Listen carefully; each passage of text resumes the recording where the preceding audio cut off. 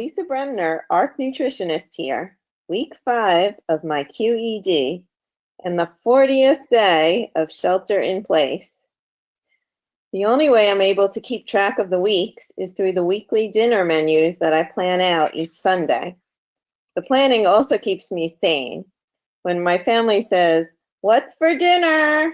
as they often do, I can just say, "Check the menu." So anyway, I want to talk about how carb has become a 4-letter word.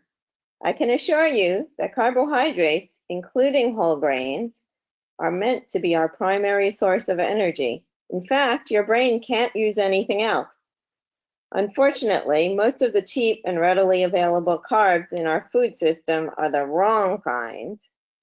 But the right kind, carbohydrate from fruits, vegetables, and whole grains, provide fiber, the nutrient that literally keeps you going. Think of fiber as the broom that sweeps out your digestive system. It also happens to be great for managing both appetite and blood sugar. Today's recipe is going to be a whole grain, but I bet you'll never guess what it is. Go on, you can try. We have 20 seconds. Well, 10 now. I'll give you a clue. It's a snack you have at the movies.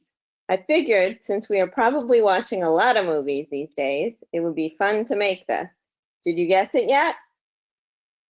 We're going to make popcorn. What's that you say? You already know how to make it? You just throw the bag in the microwave and press the buttons? I'm going to go out on a limb and say that the way I'm teaching you today is so much better.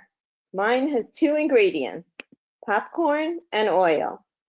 Microwave popcorn might have up to 10 ingredients, like hydrogenated soybean oil, which is the trans fat kind, natural and artificial flavor. Seriously, choose one. Color? What's that about? And chemicals you probably never heard of, like propyl gallate, tertiary butyl hydroquinone, and soy lecithin. I can barely pronounce these things, and I surely don't want to eat them. So here's the recipe. This is for 2 servings. You can double it and make enough for all your housemates. Heat the oil and 2 popcorn kernels in a heavy bottom pot over medium heat. When they pop, you know it's hot enough. Remove the pan from the heat, add the remaining corn, and shake it up. It doesn't really matter how much you use, as long as the corn can spread out in a single layer. Keep it off the heat for about a minute. Return it to the stove, put the lid on loosely to keep the popcorn in and to let the steam out, and cook until the sound between pops is a few seconds. Remove from heat, add your toppings, and serve right away. A 2.5 cup serving of this popcorn has only 150 calories, and I can guarantee it will keep you satisfied for a lot longer than a flimsy bag of chips. So you could definitely have your popcorn plain. Trust me, it's delicious. Maybe with just a small sprinkle of kosher salt or pepper. But if you want something more, you could try olive oil and Italian seasoning, or Mrs. Dash lemon pepper, or everything bagel seasoning, or my favorite, nutritional yeast. I don't know how it works. It's like magic. But those yellow flakes seem to make the popcorn taste buttery and salty without either. Since we have our popcorn now, perhaps you want a film recommendation.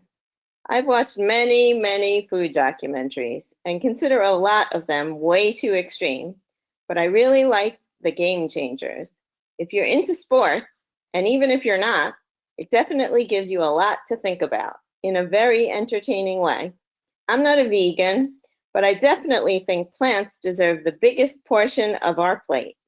Fruits, vegetables, whole grains, legumes, nuts and seeds, they're all amazing. That's all for today. I hope you enjoyed my QED. Quick, easy, delicious. See you again soon.